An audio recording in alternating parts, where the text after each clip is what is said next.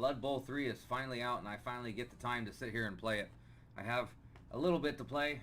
Unfortunately, I do have a job to go to tomorrow, and I live in Vietnam. I stay at 46 night, but you don't care about that. Let's get started. If you guys haven't seen my video on the overall races available in this game, I made a quick video when I got home from work explaining the races. Anyway, let's get into the game. We're going to start with the campaign mode, of course. See if anything has changed. I bought the deluxe edition. Here we go. Blood Bowl 3 campaign offers you a series of competition which you take an emblematic, I can talk. Let's not display that again.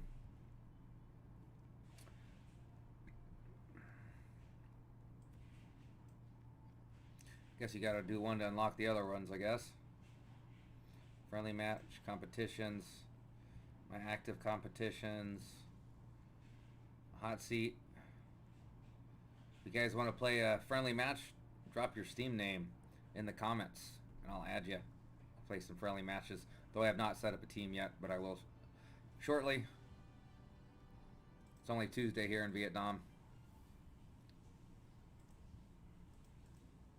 Definitely gonna be getting into this hardcore on the weekend. Alright, here we go. Campaigns then. Oh, I can't wait. This is gonna be great. I love this game. I've been playing this game since it was on the tabletop only, before it even existed in a digital format.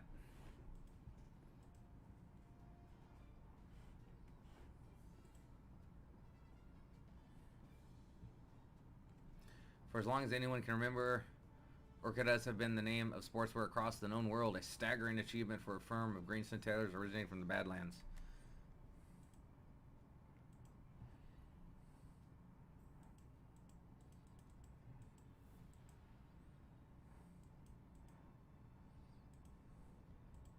Guess they both have the same inducements.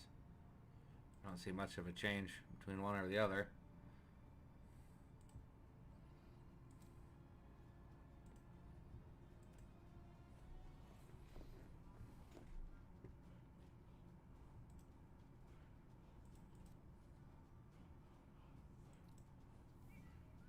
Guess I can't even get the loading screen to load up. It's working just fine just a while ago. Let's restart the game and reload it. See if that helps. It's been working fine all night until I started doing this.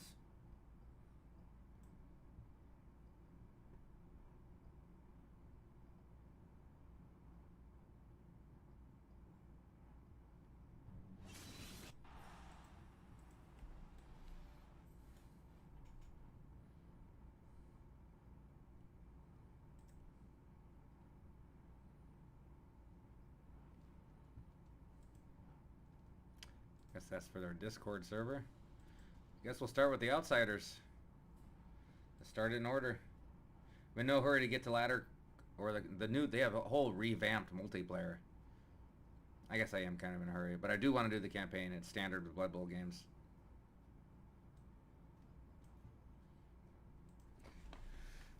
While this is going on, let me do some technical issues. If you guys don't know my website, it's gamerabroad.com. That's for my main channel.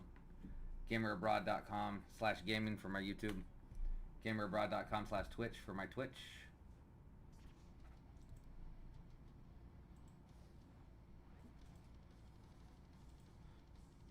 Some good death metal music going here. All right.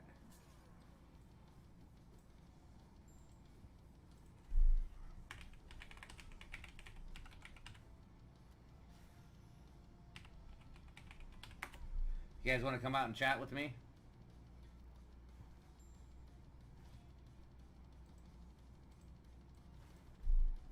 I am live almost every day.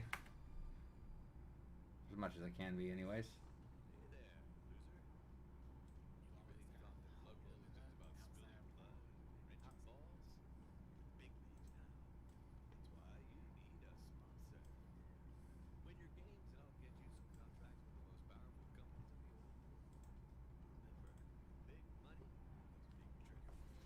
Alright, okay. Complete a series of 3 introductory matches to unlock access to campaign competitions for your own teams.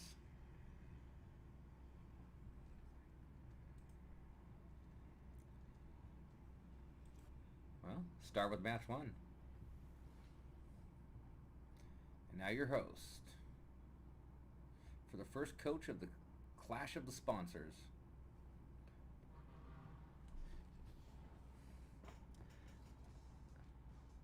This game's supposed to be a lot better in this version, but I really can't imagine how they can make this game much better. It's such an awesome game as is.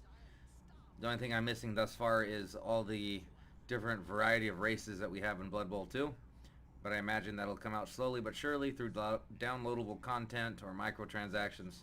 I bought the Supreme Enhanced Whale Edition, which gave me the special skins and an extra of their 1,000 microcurrency. I lived in Vietnam. It's current. I live in Vietnam.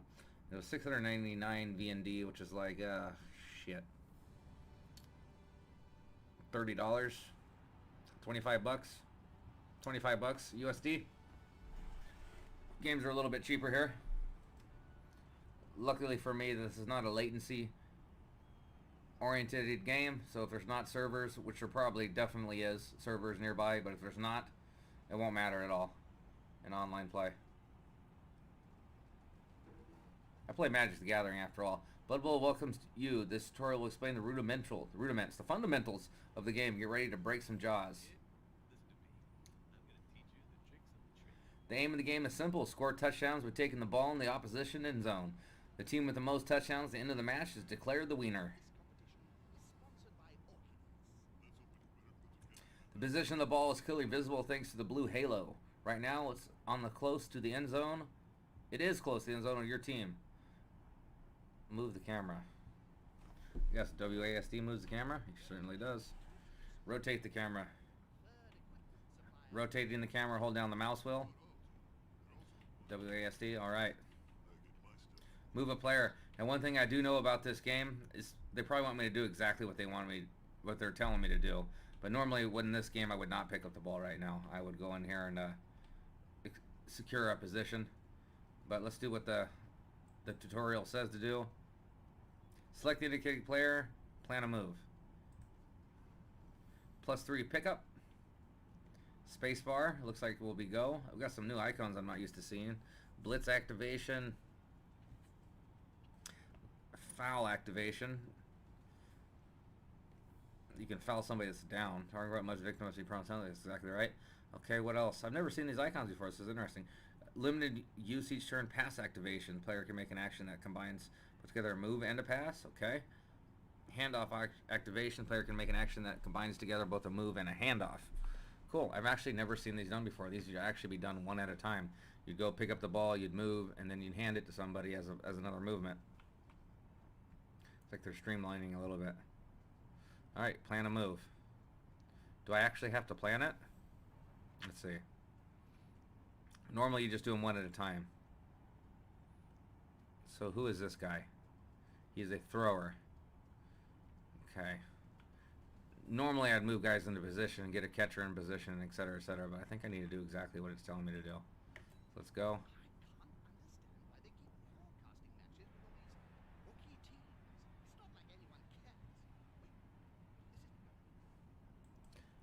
I guess I did it wrong. Plan, rotate the camera, okay. Move a player, selecting a player, plan a move. So I guess I actually do have to plan something here. What is this one? Standard activation.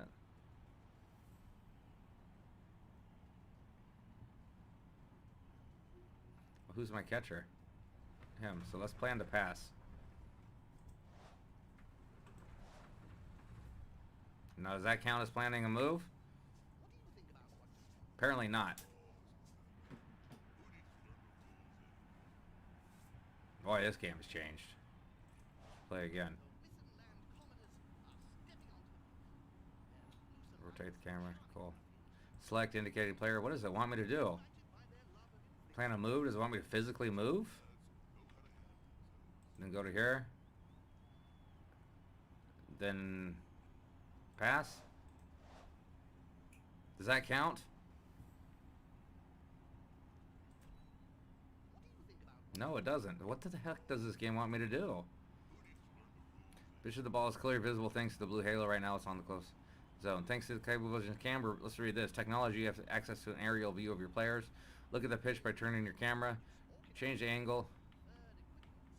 Q and E. Select the player close to the ball, moving your cursor to the square and performing.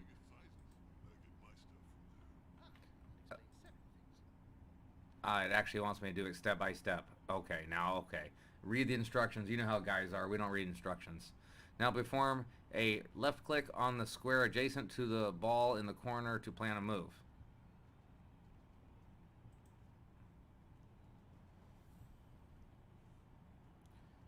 Tell your player to execute the declaration by using the shortcut. I didn't tell him to do anything. He just wants me to move. It just wants me to move there.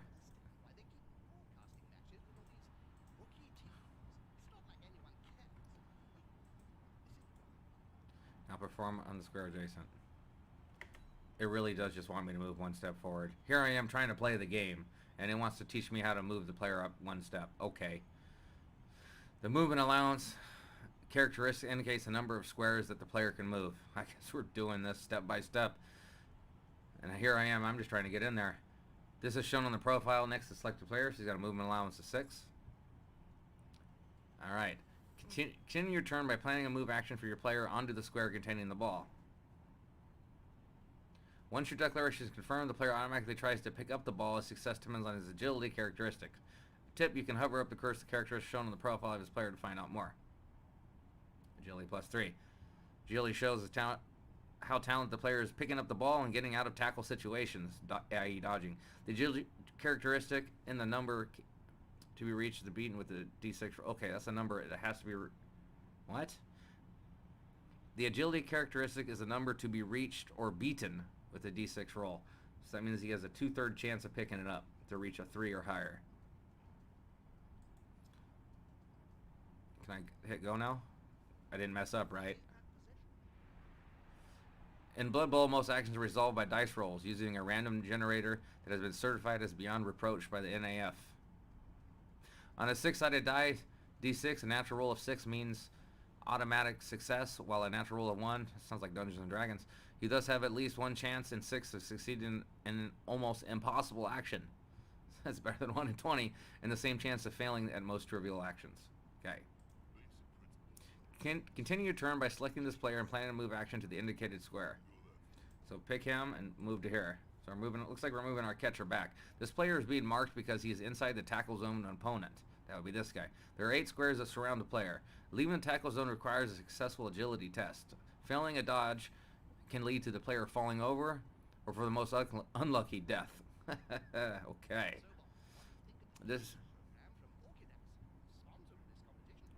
I actually like hearing their banter. They're actually really good. Cabal Vision is actually cool. The display indicates the threshold of success of an agility test. The threshold of 3+ requires a result of 3 or more, so it'll be 2/3 chance. Confirm the declaration to attempt this dodge. Okay. Dodge beat. I bet you these are all pre-programmed rolls. No, not today. Music Librarian. This game just came out and it's in pre-access or whatever for the people that bought the deluxe edition, and I went out and splurged and bought the deluxe edition. So I want to get a head start on this game. I've been a big fan of this game for 20 years. Long before this game even existed in this digital format. The log at the bottom left of your screen records all the actions and the results. Okay. The display can be extended in order to improve readability. I'm not having trouble. I'm just going to say okay. Now that you have activated a second player, you will notice that the previous one who picked up the ball has become inactive. So that's the circle. And the white circle at his feet turned red. It's not turned red. In Blood Bowl, players can only be activated one after the other. Think about the sequence of actions for the player before moving to the next one, in true board game fashion. I'm hearing in the headphones that the quota of lost or broken teeth hasn't been reached yet in this match. Select the indicated player in order to rectify the problem. Let's do that. Plan a block. Now you're going to see something a little outside the D6. I'm going to let the game explain it. This probably will. During a block, we compare the strength of both players. If the values are equal, only one die is rolled. Execute declaration to start of the block by pressing the short spacebar shortcut to go.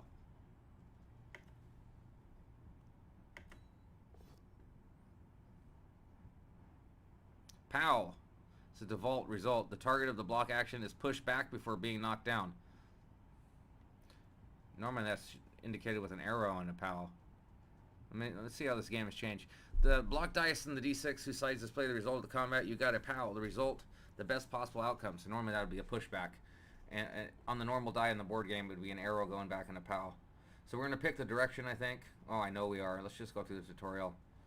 I don't want to try to be the tutorial. Let the tutorial be the tutorial. Select the block dice by making a left click on it. Okay, which way do you want to push them? Where's our catcher? Let's take an outside route, though it's very dangerous to get pushed out onto the sides. The fans will beat you up. Let's move him that way. Oh, okay. I guess I have to do exactly what it tells me to do. Here I am trying to play the game my own way. I bet you'll get the exact same result.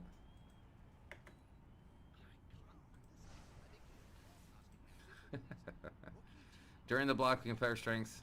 It really, really wants me to follow this step by step and not rush ahead. And it really, really wants me to push them straight back and not to decide like I want to. Okay, a player, now I can either move into the space or I can just push them and let them fall over. Let's see what the game wants me to do. The player can follow up an opponent that has pushed back. This keeps them in the tackle zone. It wants me to follow up. So I'll click follow up. Okay, nice blow. Are those teeth over there on the pitch? The block ends in the activation of the player. For the turn, you can no longer move this player after this action until the next turn. And those dice rolls were usually invisible in previous Blood Bowl iterations. The damage roll there. It wants me to end turn. I don't want to end turn, but I'm going to do exactly what this game says because it gets cranky when I don't. I have no remaining player can be activated during this turn. When this happens, go to the next turn by pressing the backspace. Is that backspace? Keyboard shortcut. I guess it wasn't. It looks like backspace. Is that X? Said okay. Oh, okay. That was a challenge? I see. On we go. Action wheel and superior strength. Following a short ellipsis, let us see how the match has advanced. The current situation will allow you to learn more about the block action and its effects. To begin with, select the designated player as close to the opposition's pipsqueak. That would be the pipsqueak. He's got a frickin' pan on his head. The action wheel allows you to choose from the actions available to your player as well as to carry out special actions linked to skills. You can also check the details of each action. Open the wheel by holding down the left mouse and then select the block action by moving your mouse over it.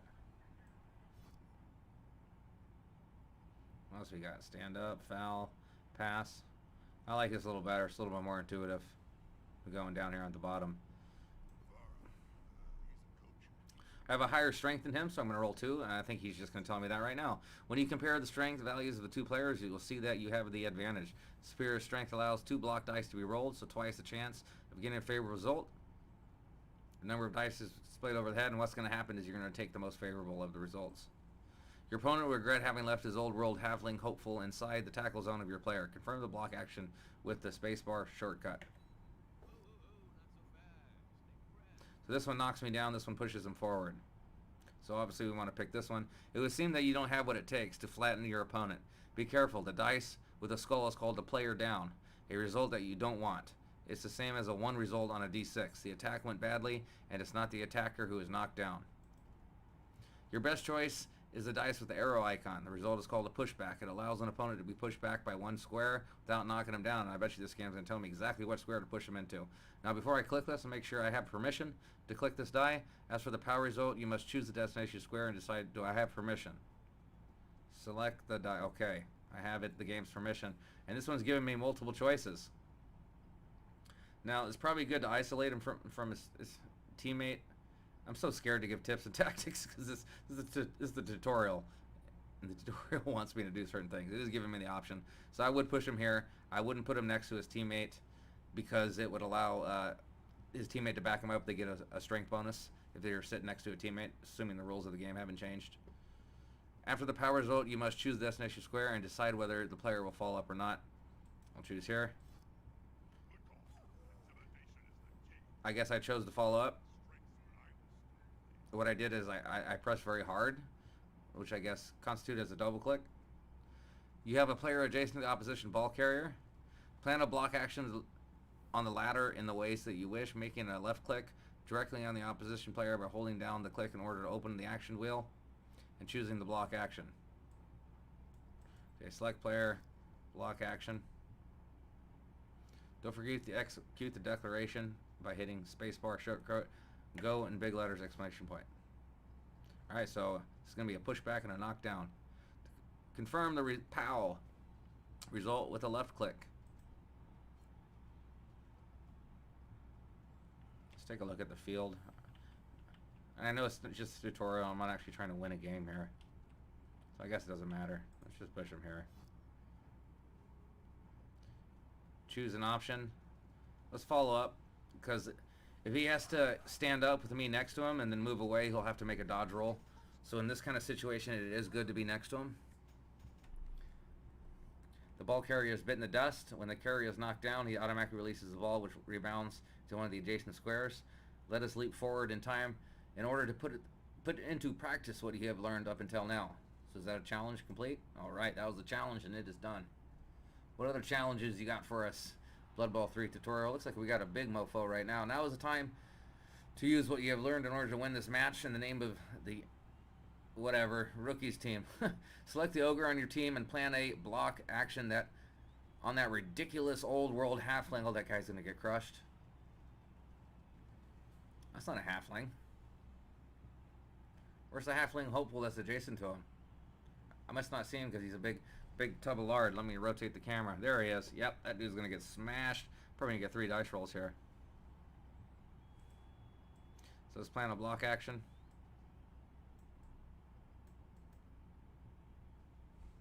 Oh, select the ogre first. Block action. There it is. 3 dice rolls as I expected. The strength advantage is enormous, more than double. The scenario that allows you to roll 3 dice for this action. Execute the declaration with the spacebar shortcut. Obviously, the best result would be this one. It's a pushback and a knockdown, where this would just be a pushback with no knockdown, and this would just be my player falls down. 3 results are available to you. Use what you learned to make the best choice. This would be the best choice.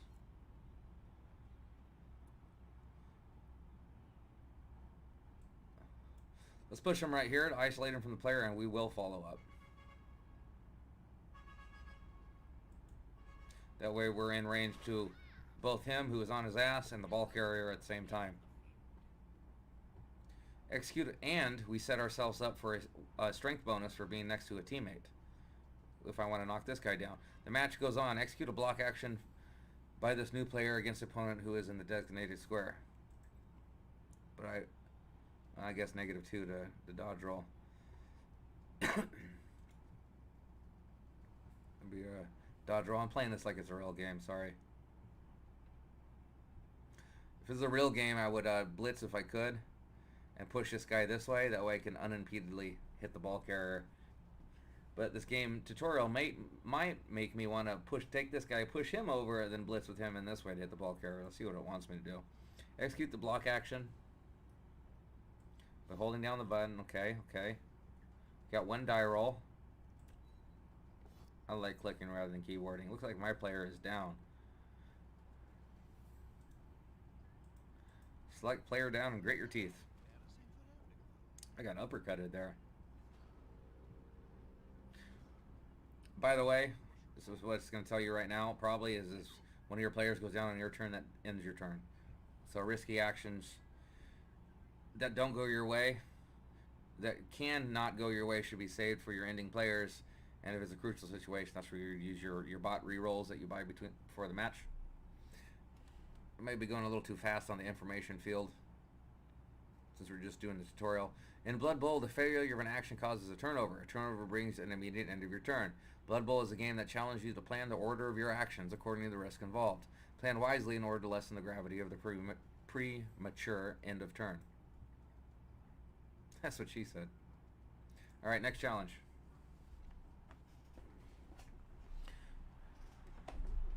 A new turn has begun, or it begins.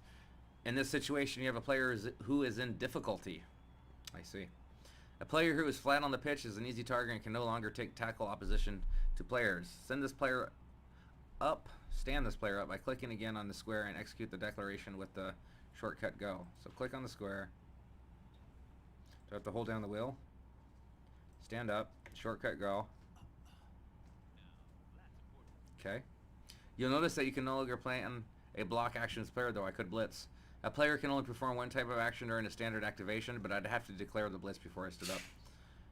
The standing up is considered a move action, and so during this turn there are only two choices: continue the move action or stay put. I guess it wants me to continue. Standing the player costs to move, but your player still has some of these points left. Continue his move action by removing him from the opponent's tackle zone. Go. We made a dodge. Remember that opponent who retains his tackle zone will automatically attempt a tackle when one of your players tries to escape from it. The dodge roll of your player is allowed to reduce the risk. That's why I like elves so much. We're so agile. The opposition ball carrier is inside the tackle zone of your ogre. Quite a mistake. Give him, you remember I put him there too. Give him a demonstration of brutality by using a difference of strength between the two players. Plan a block action with your ogre. Hold down. I guess I gotta select first. There we go. Hold down. Block action. Go.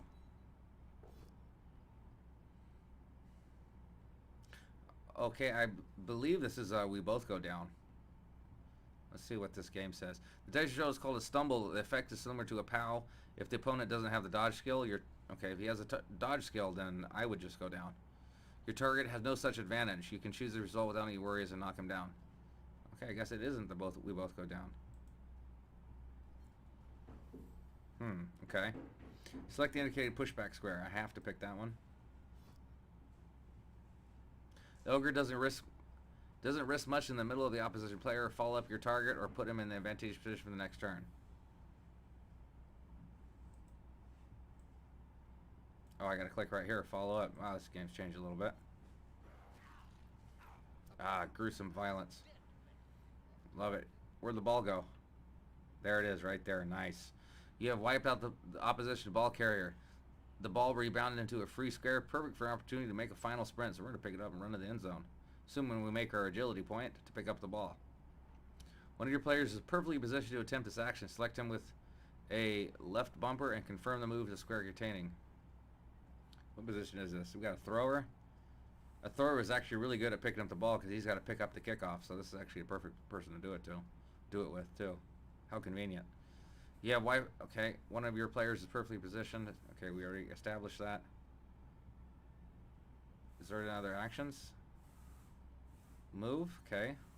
Pick up. Go. Roll the die. Got it. Now, obviously. All right. Here's another thing too, and I'm gonna tell you before I even read that. This is the end of his movement. His movement allowance, MA is what they call it. So, but you always get 2 rush squares. I think you always get 2. I know you get some. I'm used to playing elves. The elves always get 2. I think you always get 2. And you can make these with agility rolls. Essentially, what it looks like with his agility, him being a thrower, he has a high agility. So 2 on a rush. So, I mean, the only way he's going to go down is a roll of 1. I'd have to roll 1 and then 1 again not to make this touchdown. But I could roll that first one and then I would fall over and the ball would drop randomly and possibly bounce in a random direction. If it actually goes outside the pitch, the audience will grab it and throw it to a random spot. Let's move it in. Now make him run to the end zone. Your player can then try to rush an extra 2 squares beyond his movement allowance. They are shown in the exclamation mark. To move into each of these squares, a roll of D6 is required. On a result of 1, your player falls over and it's a turnover. However, if you go in to take the risk you want to win, execute the declaration with the shortcuts. I do want to win. Hopefully the sound's doing pretty good. There's no real way for me to check it successfully. Maybe we can have my girlfriend watch. Emoy.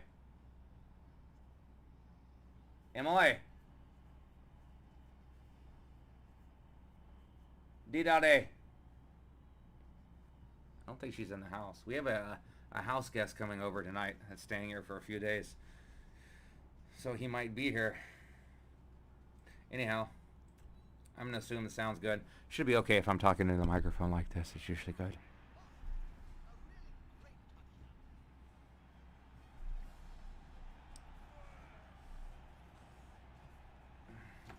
Touchdown in the tutorial. All right. Hello, cheerleaders.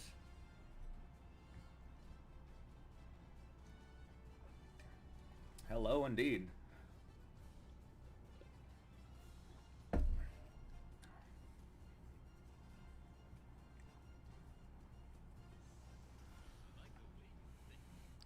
like the way I think, too. Touchdown, congratulations on this victory. You have displayed your mastery in the Blood Bowl basics by allowing Usingen rookies team to win their first match. I guess if that's my team, I should learn how to pronounce it. Goal, that's right. Awkward GM Corwin, good to see you. Alright, so that's all the challenges for that one. Let's go on to the next challenge. Match 2, Chaos Chosen. So looks like we're going to switch to the Chaos team now. I'm just doing the tutorial for Blood Bowl 3. I've been playing this game since before it existed in its digital format. So I'm quite excited to play the third iteration of this game digitally. And hopefully they didn't make any drastic rule changes to confuse an old man. Oh, it looks like I'm playing against Chaos. I'm still the rookies.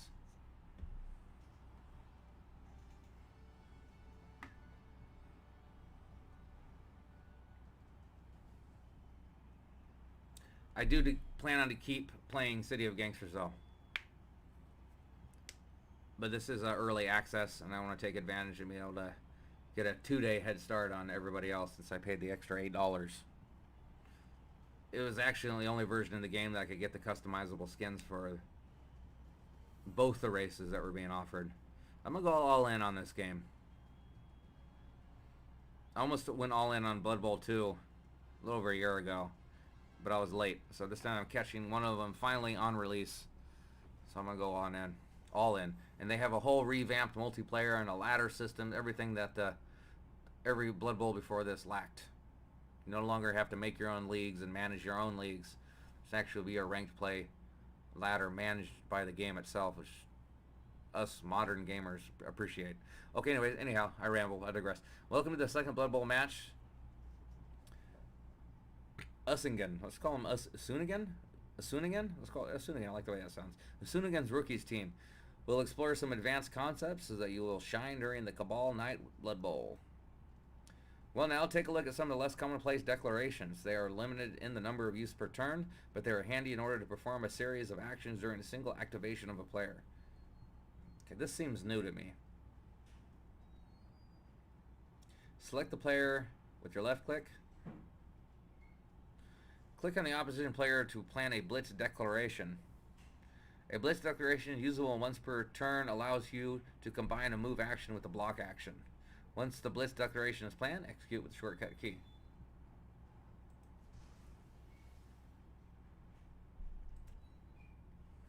I think my house guest is here. Maybe. I know what's going on. Yep, she's talking to somebody. Click on the opposite player to plan a blitz declaration. A blitz declaration, usable once per turn, allows you to combine a move action with a block action. Once the blitz declaration is planned, execute that with the spacebar shortcut. Let's move him. And let's follow up. Let's see if we can push his ass out of bounds. You just beat City of Gangsters. Finished it kind of cheekily, though. I got a lot of money at 1930 and just skipped 3 years to get to the end. That's one way to do it. I'm actually really worried about my current playthrough. Since I killed that cop's sister, I can't get any more missions now to keep him bribed. I'm okay now, but the next time bribery comes around, I'm a little worried. Actually, I'm pretty worried on that. Unless I can find a mission that knows that police officer, so I can get that extra +5, it's going to be really hard to bribe him. Make the most of his activation by positioning this same player on the indicated square.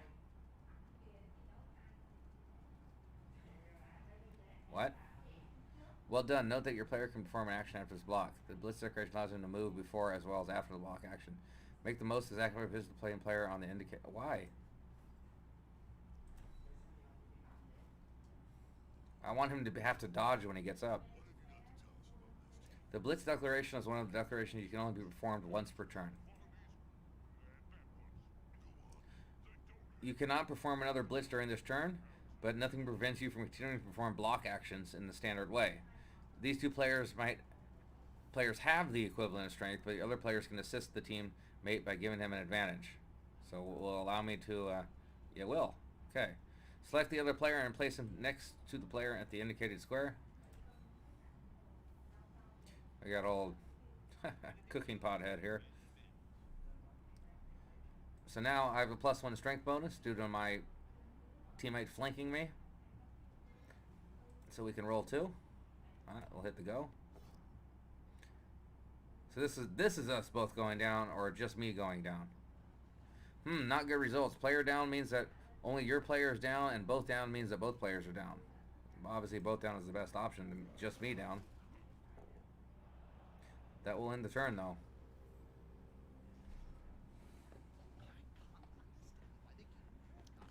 When an action has failed, it brings about a turnover, as we already learned, and an immediate end to the turn of the active team. Let's advance a few turns in order to look at the use of the key skills. Let's advance a few turns.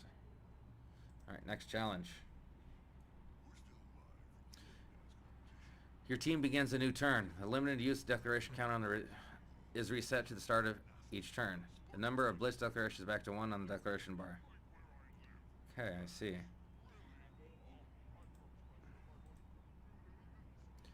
This blitzer is a good position to breach opposition defensive line. Does he have the ball? He does have the ball. GQ, I need to rotate. Zoom in. No, I thought he had the ball. Okay. Look at those Spike Vega style claws. Where is the ball? For that matter. There it is. Select him and plan a block action indicated opposition player. Who are they indicating? Him? How do I off select? Right click. That's the catcher. So it looks like, is this guy a thrower? I can see what this is going to have me do. I mean, it seems like you should want me to throw. If you drop the ball, it's a turnover too. So I mean, it's risky for me to risk that, me knocking myself down. If I were a player, these guys have high agility. I would push him that way, pull this guy around, stand him there, then bring him up, push him up, so we'd have the strength advantage, knocking him down, and then bring my player all the way to here, and then throw, and then run him to the end zone. But I'm not the tutorial. Okay, let's do it. Select him and then plan a block on the indicated opposition player during the action wheel by simply clicking on spacebar, clicking on him. Execute the declaration. I just double clicked him. I see. Both down. This is going to end the turn. This is why I didn't want to do this. I said that this was a possibility. And look what happened. Oh, I thought it was both down. My bad. I thought it was both down. Misread the result, but both down could have been a result. Your player was knocked down. The block result. Oh, he has the block skill. So that prevents the both down. That's right. Because he's a blitzer. A human blitzer does come with the block skill. So during a both down result, only the opposition player would go down. Each time a player is knocked down, the armor value roll, AV roll is made against him. If the roll is successful, the armor value is broken and the player can be injured. The log, L shortcut. Just that looks like the chat menu of an MMO down here on the bottom. Left of your screen details just what happened. The armor value of the player is 9 and the armor value roll is 10. The armor value is broken. The opponent was stunned, but it could have been a lot worse. So the armor value breaks with the higher roll of 10, and then another 2 die 6 are rolled to determine his kind of injury, and his stun just means he skips a turn. The stun status temporarily impairs the player by preventing him from standing up before a complete turn. Moreover, a player who is down loses his tackle zone. How do I make this thing go smaller again? There we go. But why stop there? Making a player stunned isn't bad, but we can do a lot better. First, select the designated player. Plan a foul action by clicking on this opposite player and opening the action wheel. I like the action wheel a lot. Okay, +8 to armor value, +10 injury. So how does this work? Let's see. Execute the declaration with shortcut key. I'm sure it'll explain it to us.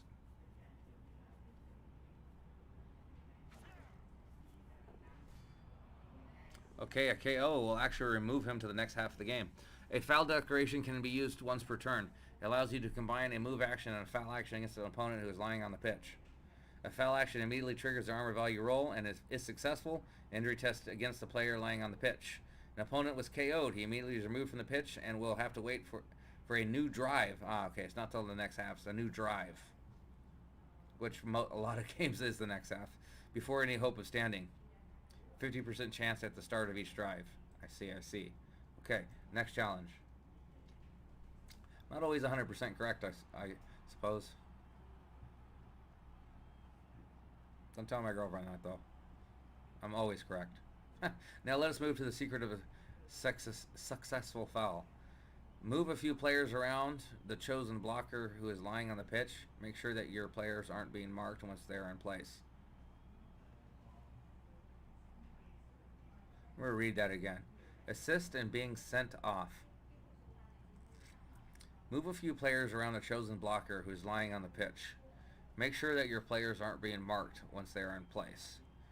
Remember, being marked means being inside the tackle zone of an opponent.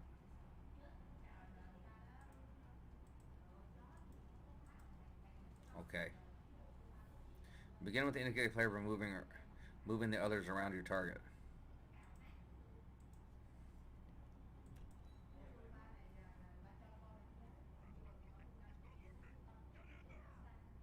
Ref's not looking. This guy's the one with the ball, right? It's my thrower.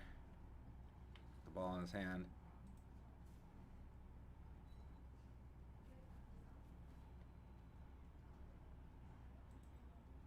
So what are we gonna do? Curb stomp this guy as a trio?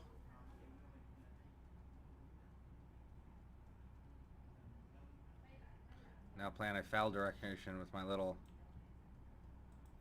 guy, huh?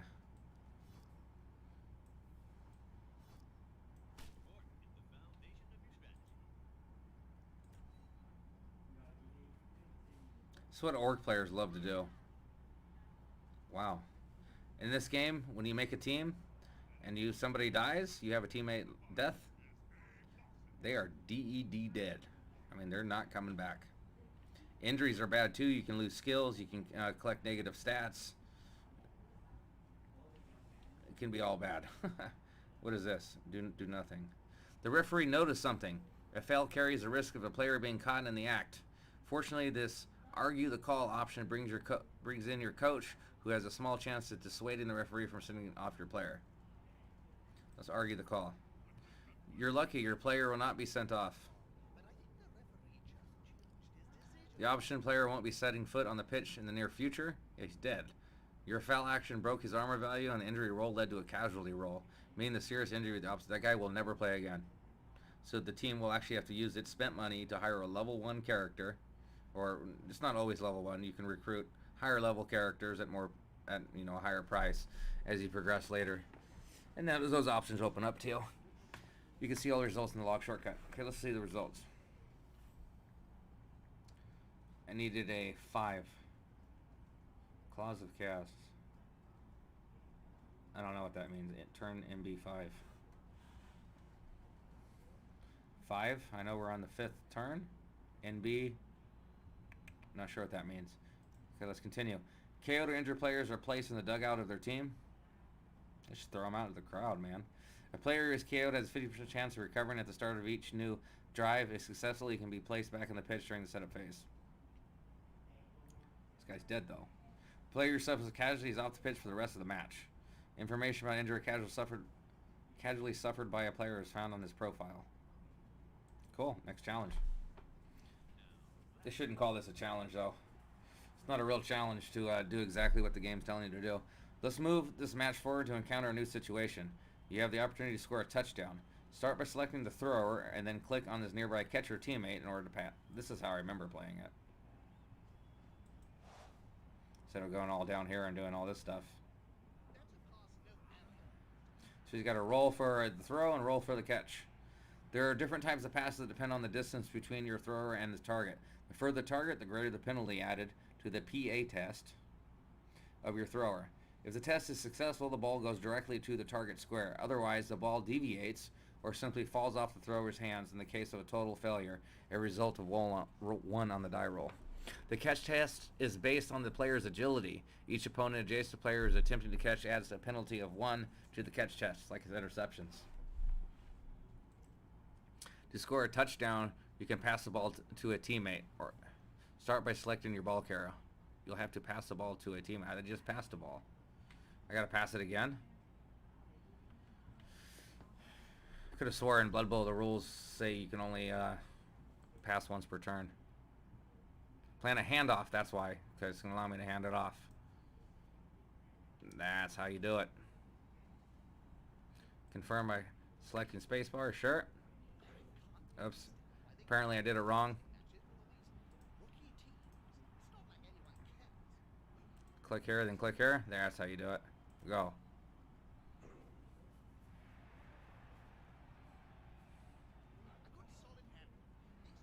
Now we're probably gonna run him to the end zone.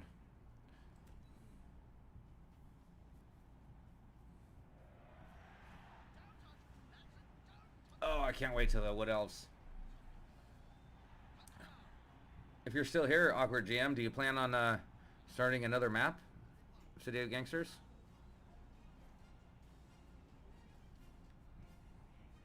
Ooh, doggy, look at them cheerleaders.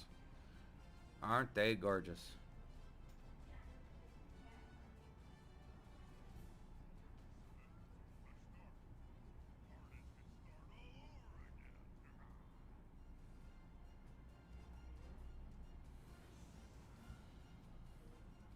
A new victory for the Usinian Sinjian rookies. There remains one last match for them to win in order to attract the attention of his generous sponsor. Challenge completed. Back to menu. Alright. I'm going to go ahead and call it here because it's kind of late for me.